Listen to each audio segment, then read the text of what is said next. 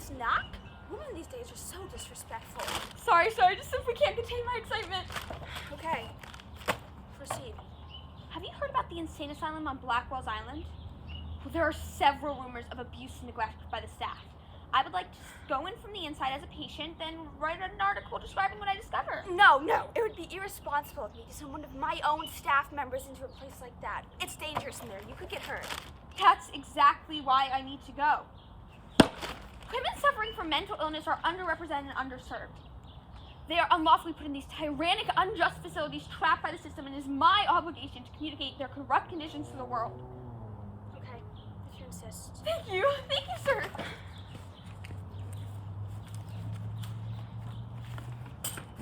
I'm Millie Bly, an investigative journalist working for the New York World. I started writing for the women's column on a local paper in Pennsylvania, my home state. I was hired by Mr. Pulitzer, and that's how I began communicating inhumane conditions around the world. It's hitting me now how crazy this all is. I mean, I have to pretend to be insane to get admitted to the asylum. That's the only way to get factual information. Tomorrow, 10 o'clock sharp, I'm going to the women's boarding house. It shouldn't be too hard to convince them I'm insane. Hopefully, one of them will report me to the judges and I'll be taken away, ready to communicate their injustices. Okay, I can act. This shouldn't be too hard. That was a good one.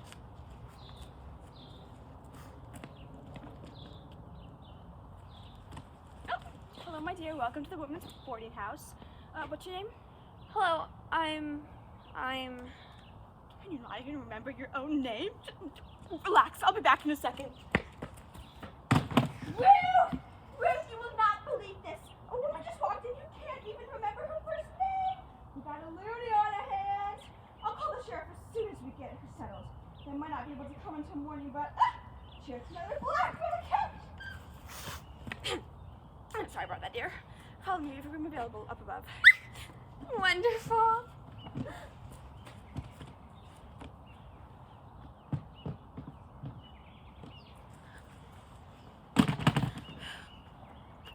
My stay at the shelter last night was horrific. I stayed up all night listening to the rodents and insects that inhabited my room. I made sure to be loud, communicating to the staff that I had to sleep was night, a common sign of insanity. I did everything in my power to ensure that I would be admitted to Blackwell's insane asylum. Ma'am, come with me! Comply or I will use excessive force. You will learn where you're going. You'll never see the light of day again.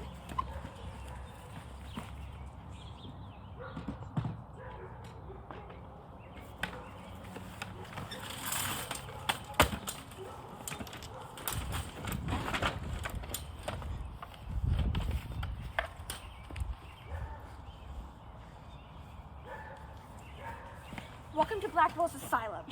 Your room is down the hall to the left. We didn't have enough money for a bed, so we set up a small cot near the eastern stone wall. No blankets are available, and if you complain, it's 2 weeks in isolation and a beating.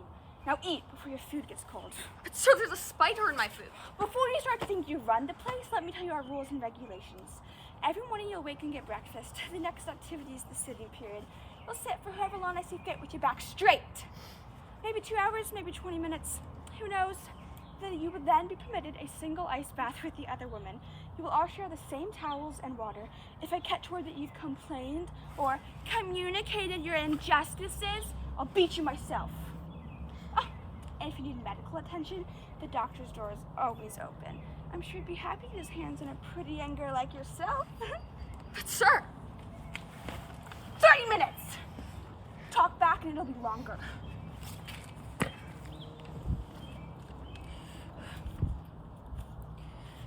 I've been here but a day and I've already experienced rash and unjust behaviors. It is unbearably cold, and when I communicated my concern, Miss Scott answered curtly that I was in a charity case and could expect nothing more.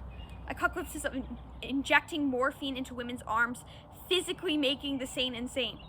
The nurses all have heavy cloaks and blankets, but the women and I received no refuge. We were served broth that tastes like grout for lunch and a slice of bread for supper. The walls are plagued with dirt and spider webs, and I've yet to see a glimmer of sunlight.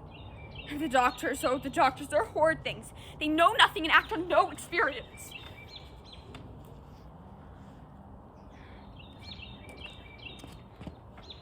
Hello? I think he was talking. It's bad. I'm Nellie, and you are? Jane, nice to meet you. So, what are you in here for? My husband back in Britain, we got into a few arguments. I guess he didn't want me in his life anymore. I was always nagging. So he pulled some strings, communicated his frustration. They took me here in the middle of the night.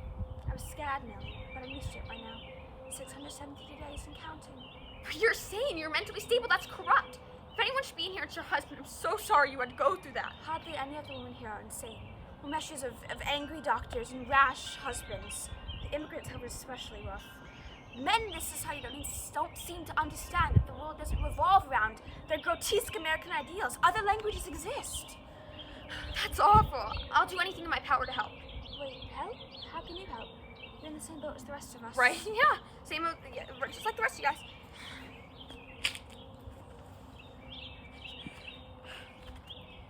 It's day 10 of my time in this madhouse. I've seen and experienced many things throughout my stay that are blatantly corrupt. The conditions in here can make any perfectly sane person go crazy, and that's what it's doing to me. When I decided to take this assignment, I knew I'd be thrown in here with no communication to the outside world. The insane asylum on Blackwell Island is like a human rat trap. It's easy to get in, but once there, it's impossible to get out. Although I've not been wasting any time, I have a plan to communicate the conditions and pressure Congress to change the current status of insane asylums in New York and hopefully around the world.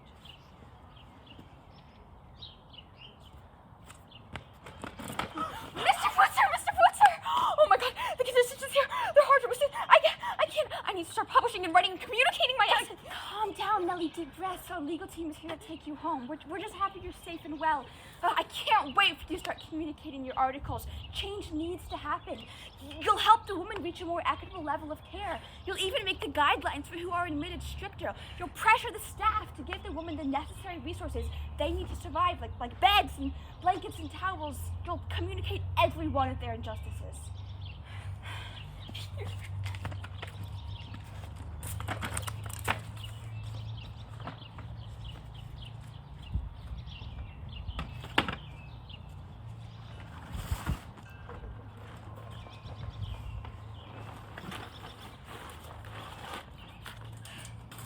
Chapter 17, The Grand Jury Investigation. Soon after I had bidden farewell to Blackwell's Insane Asylum, I was summoned to appear before the grand jury. I answered these summons with pleasure because I longed to help those of God's most unfortunate children who I had left prisoner behind me. For I could not bring them the boon of all boons, liberty. I hoped to at least influence others to make their life more bearable. I found the jurors to be gentlemen, and I need not tremble before the 23 August presences.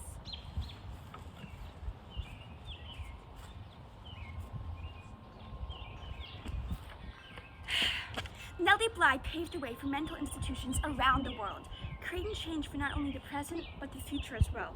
She made mental institutions more accessible to mentally challenged women, creating adequate healthcare systems that provided equal care for all genders. She also made testing centers more critical to mental facilities, requiring legitimate assessments for real mental illnesses.